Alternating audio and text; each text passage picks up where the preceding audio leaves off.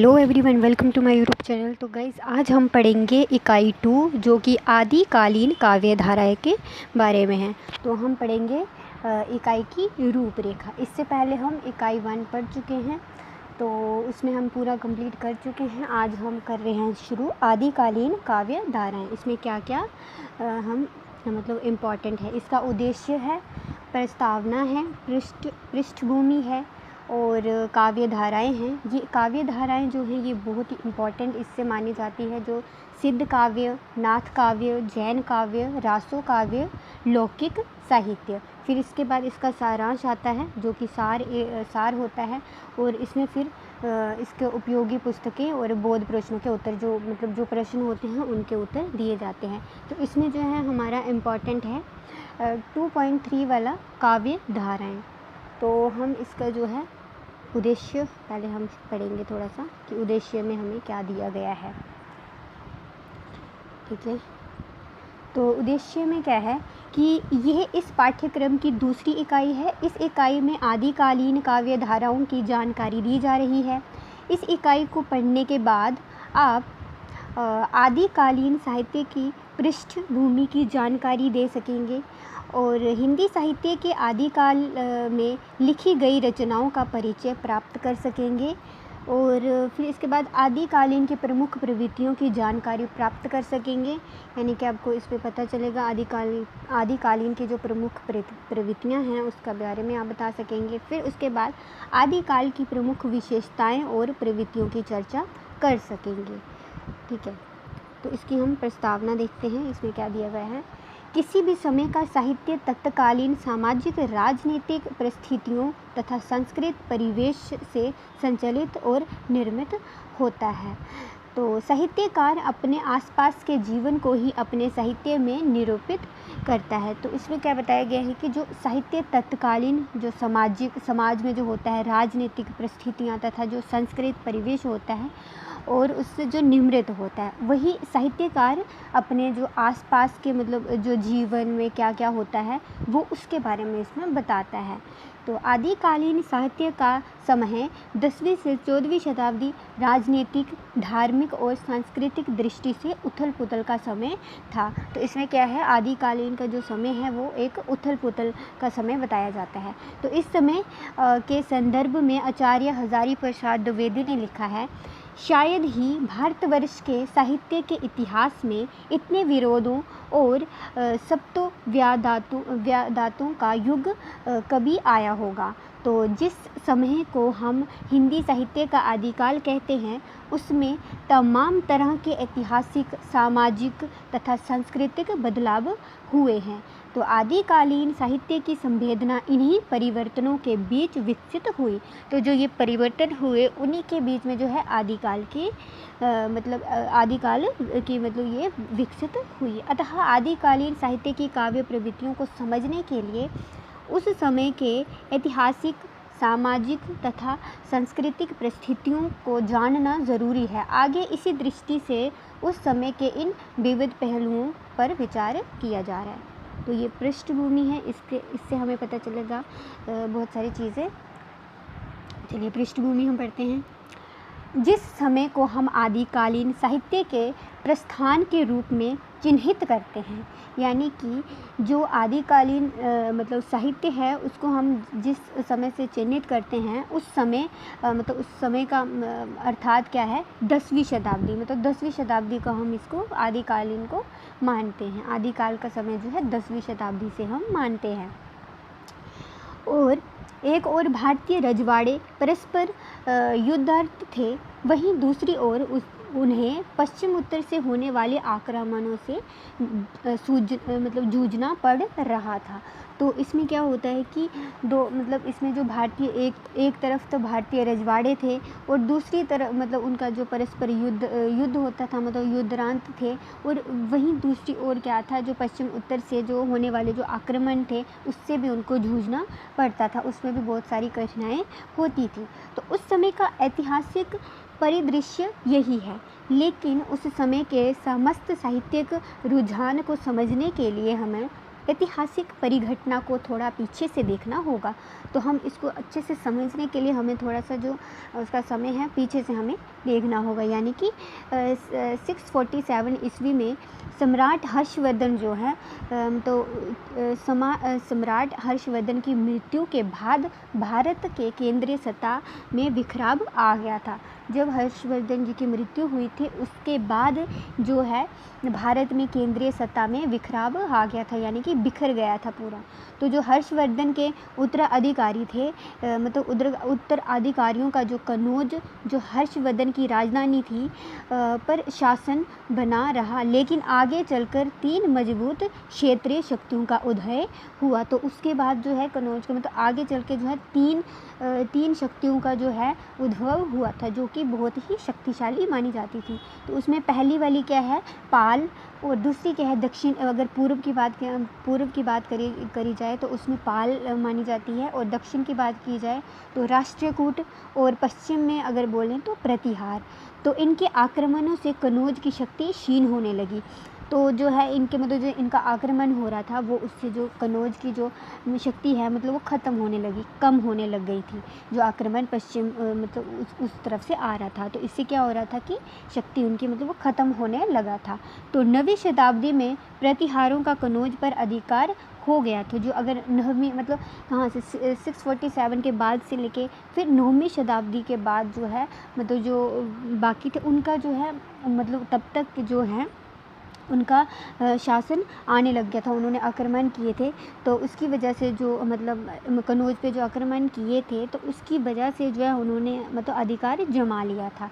तो आगे लंबे समय तक उनका शासन बना रहा। तो जो प्रतिहार है, 9वीं जो प्रतिहार जो थे उन्होंने जो है मतलब उनका उनका लंबे समय तक शासन चला था।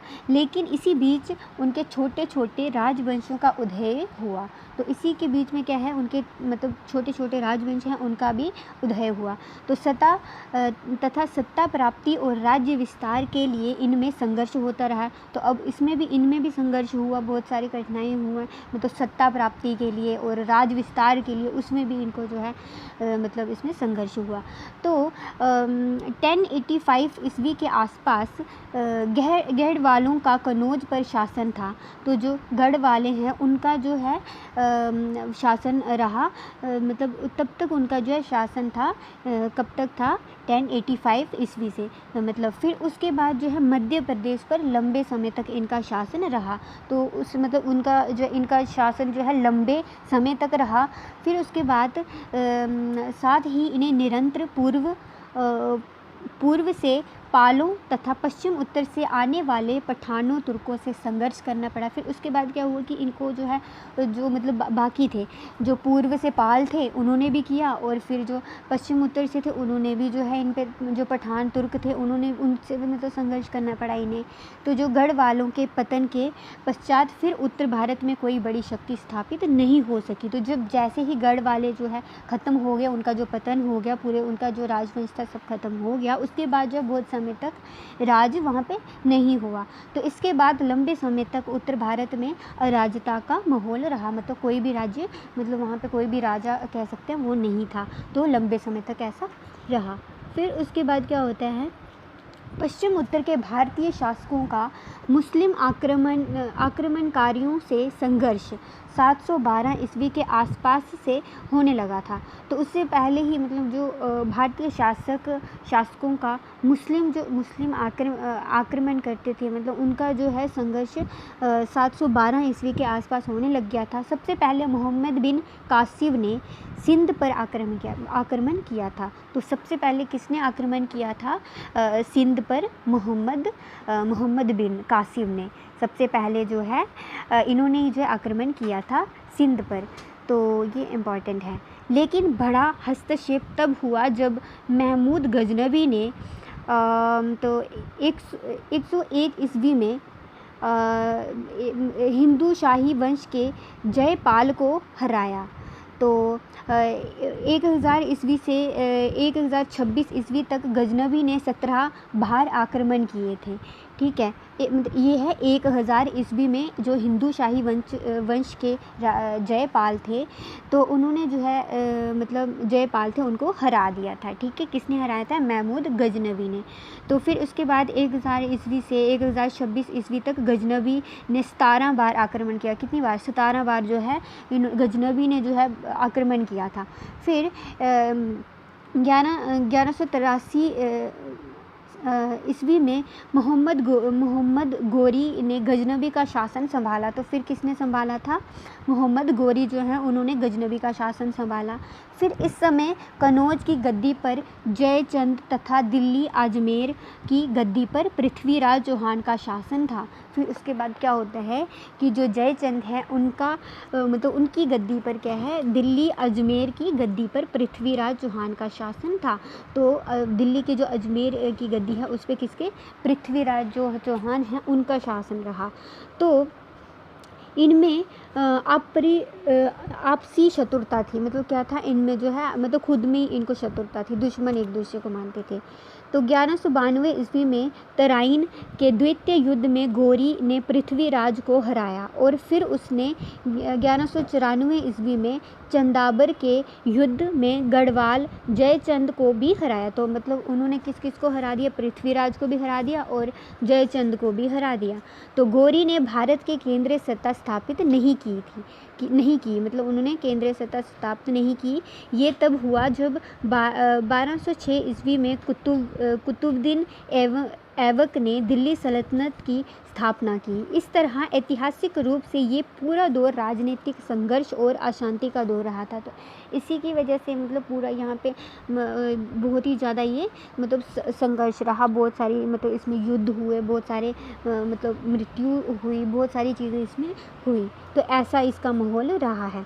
फिर जो है कुतुबुद्दीन ऐबक ने दिल्ली केंद्रित सल्तनत की 1200 ईस्वी में स्थापना की, लेकिन वह कम ही समय तक जीवित रहा। तो जो कुतुबुद्दीन थे वो कम समय तक ही जीवित रहे। इन्होंने 1206 में जो है स्थापना की थी, पर ये मतलब ज़्यादा तक इनका नहीं चला, मतलब उनके जीवित नहीं रहे। तो फिर उसके जो उत्तराधिकारी थे उन्होंने जो है उन सत्ता के लिए टकराव हो गया। मतलब जो उसके जो उत्तराधिकारी थे उसमें भी उनका मतलब जो उनका ये सत्ता के लिए मतलब उसको राज करने के लिए टकराव आ गया, लड़ाइयाँ मतलब होने लगी, है ना। तो आगे खिलजी वंश का शासन स्थापित हुआ। तो फिर उसके बाद किसका वंश स्थापित हुआ? खिलजी वंश जो है फिर उसके बाद ये आया। फिर दिल्ली सल्तनत के शासकों का भी भारतीय रजवाड़ों से निरंतर संघर्ष होता रहा। फिर उसके बाद जो है दिल्ली सल्तनत है उनका भी जो है भारतीय रजवाड़ों के साथ संघर्ष हुआ। सल्तनत काल में खिलजी वंश के बाद तुगलक वंश आया। तो क्या है? खिलजी वंश के बाद क्या आ गया? तुगलक वंश आया। फिर सैयद वंश और लोदी वंश का शासन स्थापित हुआ। उसके बाद जो है तो सैयद वंश आया, फिर लोदी वंश का शासन स्थापित हुआ। फिर 1226 ईस्वी में बाबर ने पानीपत की लड़ाई में बहलोल लोदी को हराकर मुगल साम्राज्य की स्थापना की।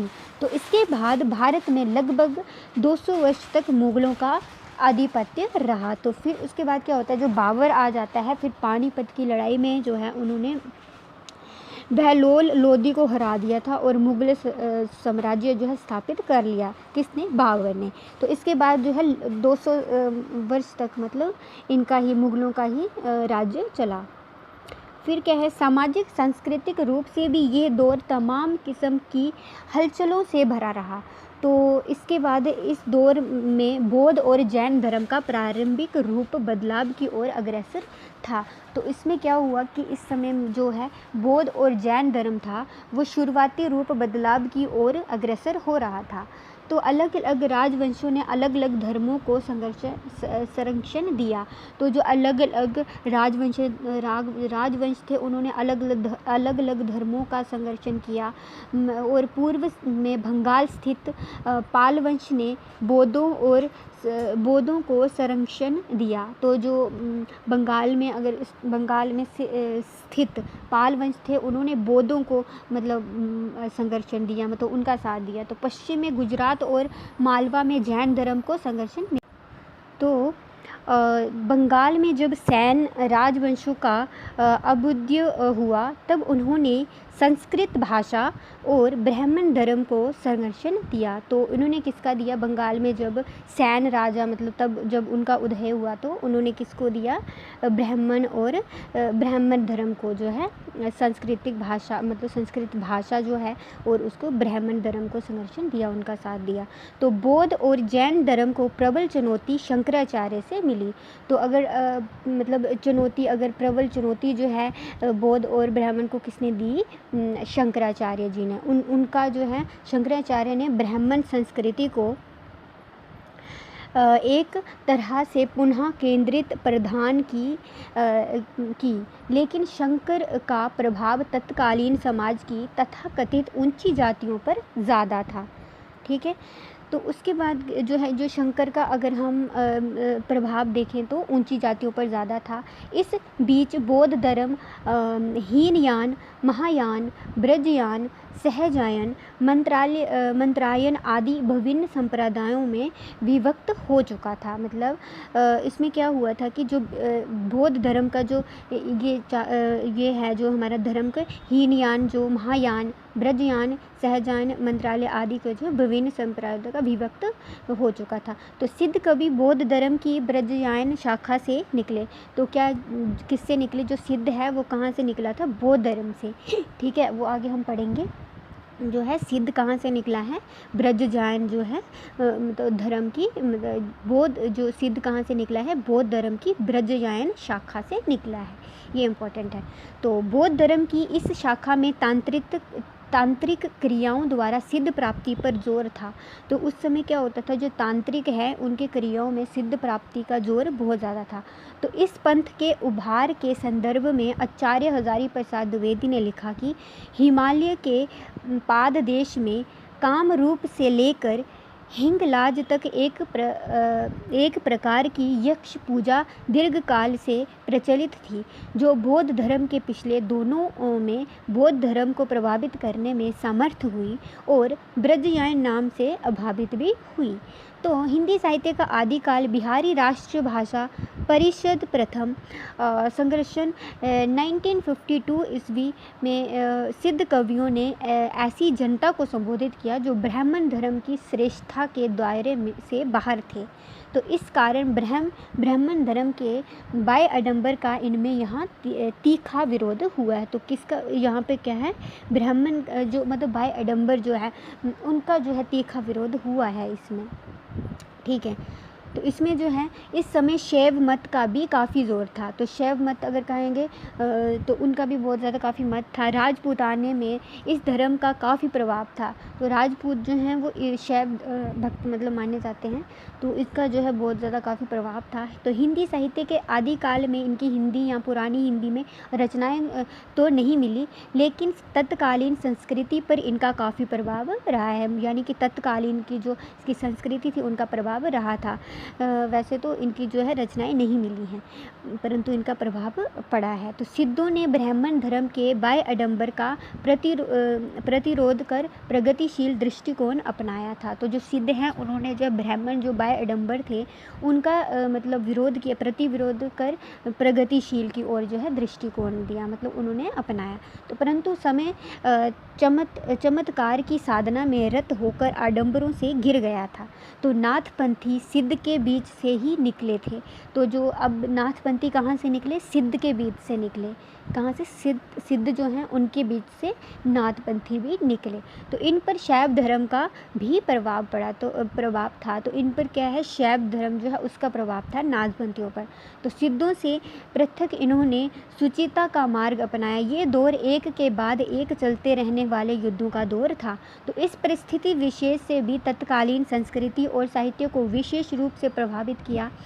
चारण वर्ग का उभार इसी माहौल में हुआ था। तो आचार्य हजारी प्रसाद द्विवेदी के अनुसार निरंतर युद्ध के लिए प्रोत्साहित करने को भी एक वर्ग अवश्य हो गया था।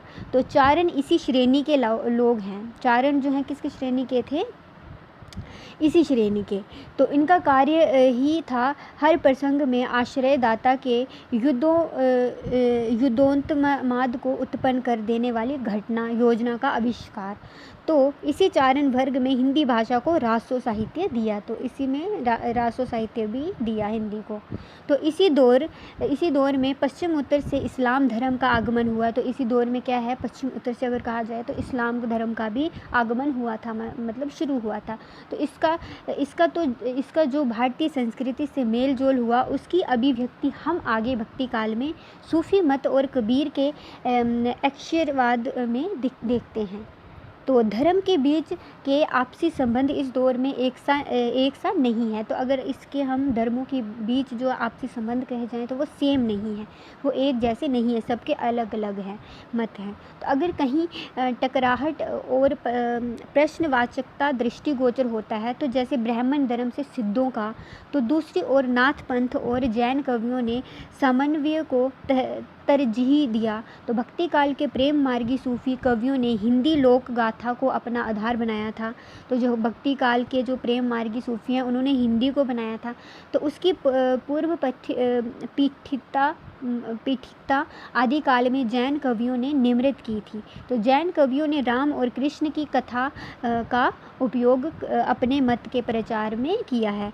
तो मतलब उन्होंने जो जैन ने क्या किया है, राम और कृष्ण की मतलब उनका प्रयोग किया है, उनके बारे में लिखा है, उनके बारे में बताया है। हाँ, ये ज़रूर है कि इन कथाओं को उन्होंने अपने दृष्टिकोण के अनुरूप परिवर्तित किया। अतः कहा जा सकता है कि आदिकालीन साहित्य की पृष्ठभूमि में सांस्कृतिक ऐतिहासिक टकराव और समन्वय की दोहरी स्थिति है और इसी के बीच हिंदी साहित्य का आदि रूप विकसित हो रहा था। तो आइए इस दौर की विभिन्न साहित्यिक प्रवृत्तियों और काव्यधाराओं का परिचय प्राप्त करेंगे। तो हम नेक्स्ट वीडियो में इसकी जो काव्य धारा है के बारे में हम पढ़ेंगे, ठीक है। तो अब आज के लिए बस इतना ही, मिलते हैं नेक्स्ट वीडियो में। तो आज के लिए इतना ही।